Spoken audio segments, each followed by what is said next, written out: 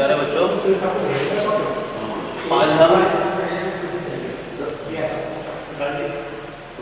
सूरदास के पद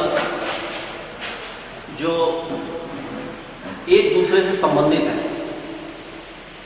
ये सूरदास जो प्रसिद्ध है वो अपने बाल वर्णन के लिए, बच्चों के लिए, बच्चों के लिए, बालकों के लिए, बहुत छोटे बच्चों के लिए, जो उन्होंने अब इनका जो बाल वर्णन है वो दुनिया में विख्यात है। और उन्हीं बाल वर्णन में से मैं 2 पद आपको पढ़ाऊंगा।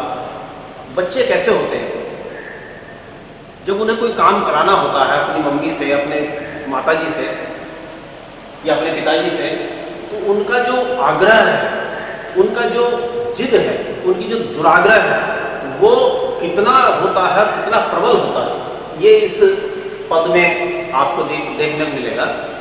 बहुत सुंदर पद है और सूरदास के अगर बहुत खूबसूरत पदों में से, जिनमें उनके जो बच्चों के लिए, कन्हैया के लिए, कृष्ण के लिए जो बाल वर्णन उन्होंने जो लिखा है वो इसमें आपको दिखाई देगा। मैं अपनी सब गाय चरी। पहले मैं इसका एक भूमिका आपको बता दूं कि गोकुल गांव में जो कृष्ण थे, उनका परिवार था, वो अच्छा संपन्न परिवार था। सारे गांव के लोग, उनके बच्चे, वो क्या करते थे, दूध निकालने के बाद गायों का, अपनी गायों को ले जाते थे चारागाह में और वहां चारागाह में उन्हें छोड़ देते थे और उन गायों को वो चराते थे। कृष्ण को उसके माता पिता नहीं जाने देते। ये कहते थे कि छोटा बच्चा है, ये जाएगा, इसे कोई गाय ना मार दे, कोई बछड़ा ना मार दे, कहीं कुछ हो ना जाए। अपने घर का लाडला बच्चा था, उसे वो नहीं जाने देते। शाम को जब बच्चे आते थे लौट के, तो वो सब सारे दिन की जो गतिविधियां हैं उन्हें बताते थे और इससे जो बाल कृष्ण हैं वो बड़े थोड़े दुखी होते थे कि देखो, मुझे मेरे माता पिता नहीं जाने देते और मैं भी जाना चाहता हूँ, लेकिन मुझे वो नहीं जाने देते। तो वो अपनी माता से रात को सोते समय का जो समय है वो बच्चों के लिए माँ के पास होते हैं, वो सबसे बढ़िया समय है किसी माँ को मनाने के लिए। तो वो उस समय अपना आग्रह, बहुत दुराग्रह कहना ज़्यादा, बहुत तीव्र गति से, तीव्रता से वो अपने बात को रखता है। मैं अपनी सब गाय चरेंगे, प्रात होत बल के संजय। बल यानी बलराम के, बड़े भाई जो बलराम हैं उनके साथ जाऊंगा। तेरे कहीं न रही हो, मैं अपनी सारी गायों को लेकर चारागाह में जाऊंगा, बलराम के साथ जाऊंगा, तेरे कहीं बिल्कुल नहीं रहूंगा। आग्रह तो कर ही रहा है बच्चा, लेकिन उसने एक तरह से आदेश सुना दिया है, बिल्कुल नहीं मानूंगा। मैं अपनी गायों को चराने के लिए लेकर जाऊंगा। ग्वाल बाल गायन के भीतर नए को डर नहीं लागत, और ग्वाल सब गाय चराई हैं, मैं घर बैठो रही हूं।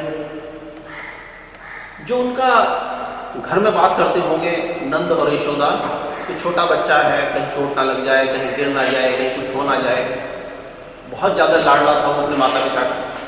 तो उसे वो पहले ही स्पष्ट कर देता है कि ग्वालों के, बच्चों के, गायों के, बछड़ों के बीच में मुझे बिल्कुल भी डर नहीं लगता।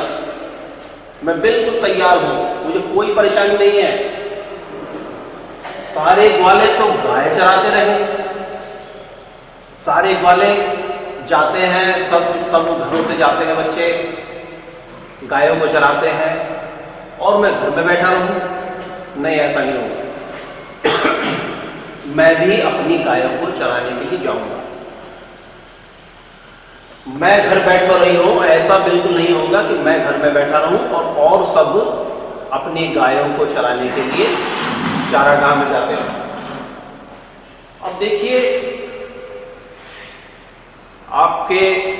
आप सब बच्चे होंगे, छोटे भी होंगे, बड़े भी होंगे, माता पिता भी यदि देख रहे होंगे, तो बच्चे को जब कोई काम कराना है मान लीजिए उसे खेलने जाना है सुबह को, तो वो सुबह को खेलने जाने की भूमिका वो पहले दिन से मानना शुरू कर देता है।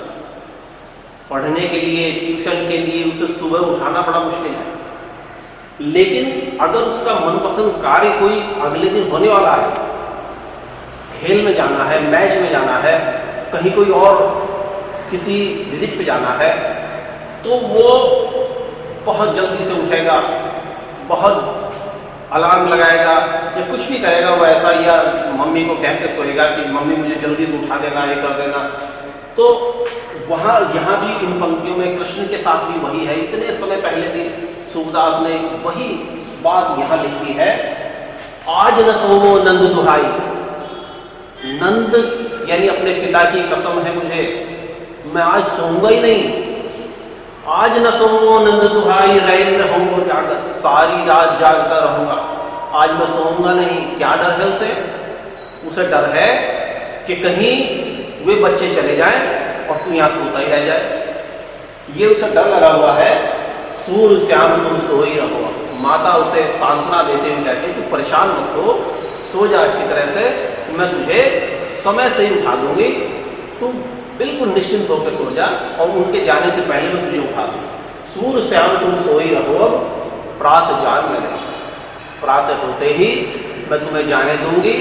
हे सूर्य, हे कृष्ण, हे कन्हैया, तुम सो जाओ, पूरी तरह से सो जाओगे, अच्छी नींद ले लोगे, तो प्रातःकाल ही तुम अपनी गायों को लेकर और ग्वालों के साथ चले। सूरदास का ये पद पहले पद से एक तरह से उलट है, जैसे विलोम शब्द होते हैं ऐसे ही ये पद।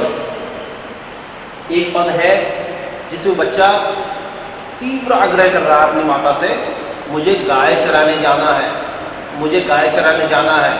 वहाँ बड़े आनंद है, खेलते हैं बच्चे, बहुत, मुझे बच्चे बताते हैं बड़े मज़े कर रहे हैं वहाँ पे। लेकिन ये उस पूरे दिन के अनुभव का बखान है, अपनी माता को क्या कहता है बच्चा शाम को। जो कृष्ण है वो यशोदा माता से आकर कहता है, मैया हो न चराई हो गाय, हे मैया मैं गाय नहीं चराऊँ। बिल्कुल उलट है, वहाँ के अनुभव वो बताता है। जैसे कि आप भी देखते होंगे, नए कॉलेज में जाएगा बच्चा कोई पढ़ने के लिए, तो उसकी रैगिंग होती है, कुछ बच्चे इंट्रोडक्शन करते हैं उसे थोड़ा सा परेशान करते हैं। वही सारी स्थिति वहाँ आती है। वैसे तो वो बड़े रोजाना तो बड़े उसे लुभावने सपने दिखाते थे, बलराम भी कहते थे और उसके मित्र भी कहते थे बड़े बड़े मज़े हैं वहाँ, गायों को चला रहे हैं, खेलते हैं, नए नए खेल खेलते हैं। लेकिन उसे वहाँ जो अनुभव उसके पहले दिन का हुआ वो बेहतर नहीं था, बहुत खराब था, क्योंकि उसे एक बिल्कुल नए लड़के की तरह से उन्होंने वहाँ ट्रीट किया कि ये आज पहली बार आया है, इसे कुछ पता नहीं है, और उसे एक एज ए ट्रेनिंग उसे यूज़ किया कृष्ण को, कन्हैया को उन्होंने। और तो वो सारी बातें आकर अपनी माता से कहता है, मैया हो न चराई हो गाय, हे मैया मैं गाय नहीं चराऊंगा। सिगरे ग्वाल घिरावत मोसो मेरे पाई गिराई। सारे ग्वालों ने अपनी गायों को मुझसे घिरवाया है।